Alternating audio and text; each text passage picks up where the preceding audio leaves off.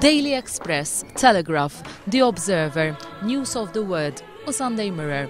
Dawn huma kollha ġurnali barranin li ġabu karikaturi ta' Dom Mintoff tul il-karriera politika tiegħu. Fid-Daily Express fis-16 ta' Lulju 1971 Mintoff jidher f'karikatura mlibbes is-salib ta' Malta, jipprova jaffex lil barrani li jieħu vantaġġ minn pajjiżna. Id-Daily Telegraph ta' 18 ta' Jannar 1972 ġabet karikatura ta' Mintoff li bes flok ta' Malta jipprova jaħrab mill-mexxej tal-Ingilterra. Iżda fost l-aktar karikaturi importanti hemm dik tat-Times Ingliża li fi 17 ta' Novembru tal-1975 deret f'artiklu bl-isem ta' The Right Man at the Right Time. Hawnhekk Mintoff qed jidher brasu kbira u l-bqija ta' ġismu żgħir li jibes ta' Napoljun. Tidher ukoll il-famuża pipa li hija assoċjata ma' Mintoff.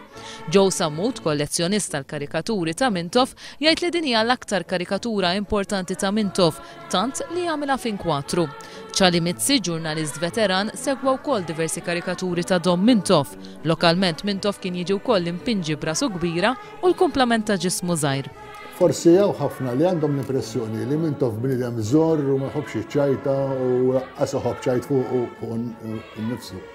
Li notajt jien kull meta kont immur ħaltalxin fil-villa tiegħu hija li fl-istadi tiegħu għandu l-ħajt imdawwar b'inkwatri ta' cartoons ta' gazzetti Ingliżi, speċjalment fi żmien ir-rundown.